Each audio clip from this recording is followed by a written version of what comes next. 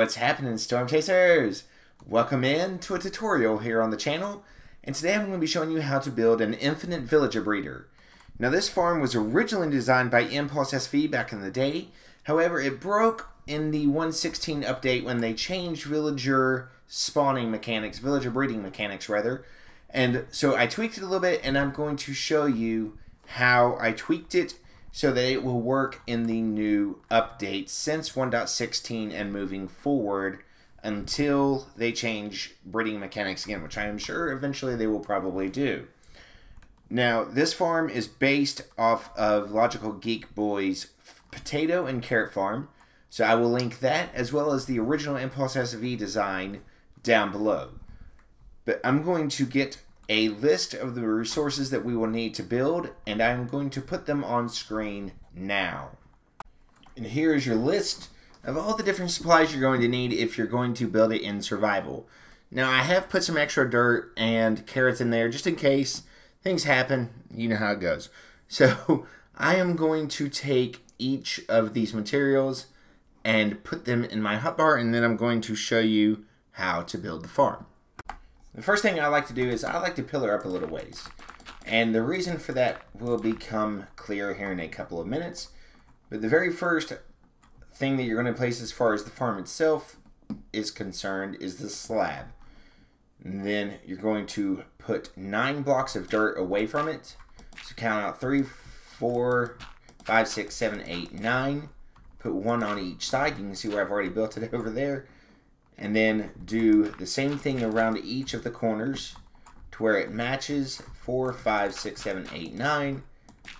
And just put this on each side. Once you have it in place, you should have this almost like Templar cross looking kind of thing. So what you're going to do is come down and connect up each of these arms from off the pillar. And the way you're going to do that is you're just going to zigzag it right along here. And if everything has worked out correctly, you will notice that it matches up perfectly. So go through, do that on each of it, and then fill it into a solid solid fill on the interior of it. And this should be your finished product. So go ahead, take one of your water buckets. If you're building in survival, you should have that total number. I think it was something like 9. I'm not sure. Now, let's see. Oh, way to go, Weasel. Waterlog the chest. Give me just a second. I mean, what were we saying? Let's see. 9 water buckets is what you'll need in total. Use 1 to waterlog that slab there. Then you're going to go to each of these 3 sides here. These little 3-side blocks, whatever you want to call them. Don't really know. But the original arms. And you're going to place a block on each side. And a trapdoor. Oh, come on. Get back up there. Thank you. And a trapdoor doing that. If you want to go ahead and waterlog them while you are there, you can. Otherwise, you can do what I typically do, which is to go back after you have them all in place and waterlog them then. During the process of putting those in place, you should have used up all of your stairs and all except for 2 of your trapdoors. By now, you should also be finished putting the dirt into place, and you should have less than a stack left if everything has gone according to plan. If not, then I'm sorry, I don't know where my calculations went wrong. But next, you will grab whatever you have chosen as your lighting block, and you're going to place it in the middle of the sides right here. Just like that, around each side. You will still have 1 piece left at the end, and I will explain what that is for. Well, I guess I will go ahead and do that now. You will need as well, I forgot to add this into the list, but you will also need a composter. So let me grab that. And we're going to put this right above the slab. So if you're building that, the recipe for composter, if I'm remembering correctly, is slabs. So let's grab a crafting table just so that I know that I am telling you correctly. And we're going to check the recipe book, composter, and I don't have all the recipes unlocked. Hang on just a second. Alright, now I've unlocked all the recipes. So, at least the ones relevant to what we're working on anyway. So, there's your recipe for the slabs. For the composter, you'll need 7 slabs. just in case you didn't have it made already. So then you're going to take your last light block and put it above that.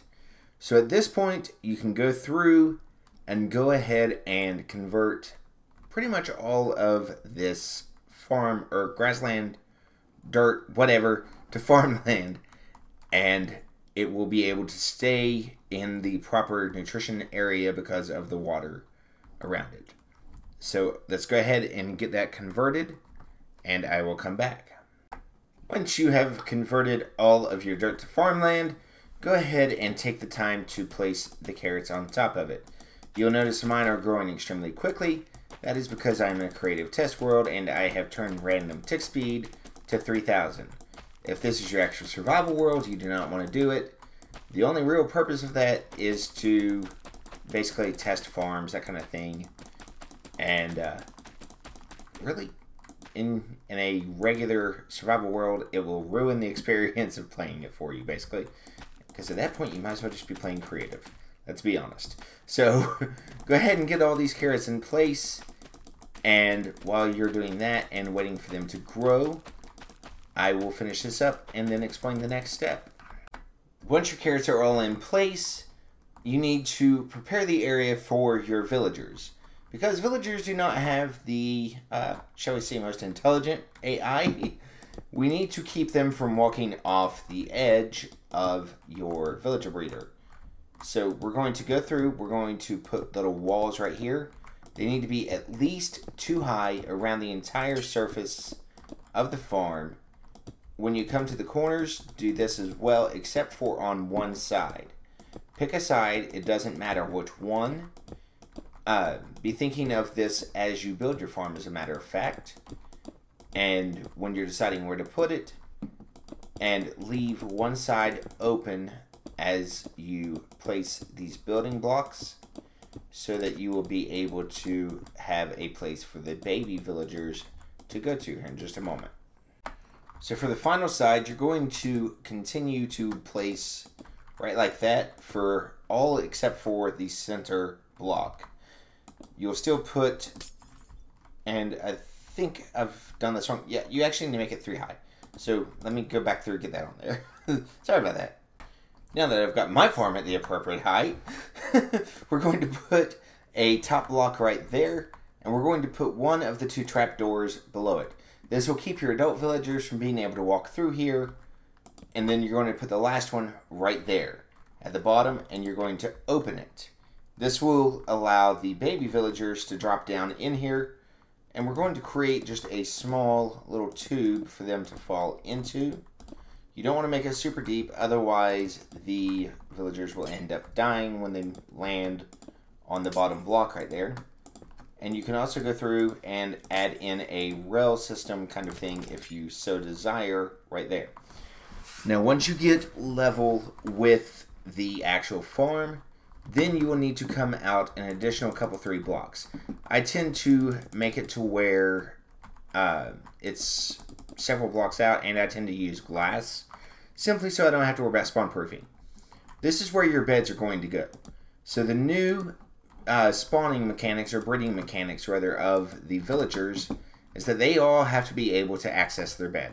This is what broke the original Impulse design, because they were no longer able to access their beds constantly, and the baby could not access the bed because it was dropping down the center.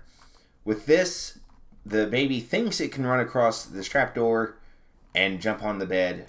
All the new mechanics of baby villagers since 1.16 or whatever it was. But instead, of course, just like most mob farms, they're going to drop down in there, and bada boom, bada bing, you're able to do it. The really nice news is that they don't have to sleep, they don't have to have a profession anymore. I do tend to make one of them be a farmer, just so that I can only keep 2 villagers in here. And once their inventories are both full of carrots or potatoes, whichever you've chosen, they'll be able to toss back the food to each other, and then they'll just automatically start breeding. And that's pretty much all there is to it. Now, if you are going to be building this outside, I do advise that you put a roof on top of it. Even with the new lightning rods that have been added to the game, I don't like risking it. sometimes Minecraft mechanics get a little bit strange. So you can see I added a roof on that one that I did over here. I just put some slabs over the top of it and then put a lightning rod a couple 3 blocks above it, just for extra insurance. But during the time that I've been doing this, I've had 2 villagers in there just enjoying the carrots. And you can see we've already got, it looks like 1 baby villager and 1 that has grown up. So it's not a huge rate that you'll get them, but it is nonetheless an infinite breeder. Now what I like to do with mine is I will make it to where I have 4 of them set up, and after they drop down in here, they come out to a central chamber, and there'll be 3 other ones hooked up to it. It's completely tileable in that aspect, although the practicality of that may not be the most server-friendly aspect of the farm. If you go putting, I don't know, 16 villager breeders in one spot, I don't think your server mates are going to appreciate that if you do it. But if you have any questions, feel free to ask them in the comments down below, and I will try to answer as best I can. And I hope this was a help to you. Until next time, don't forget to subscribe, because there is a storm coming. Weasel Storm.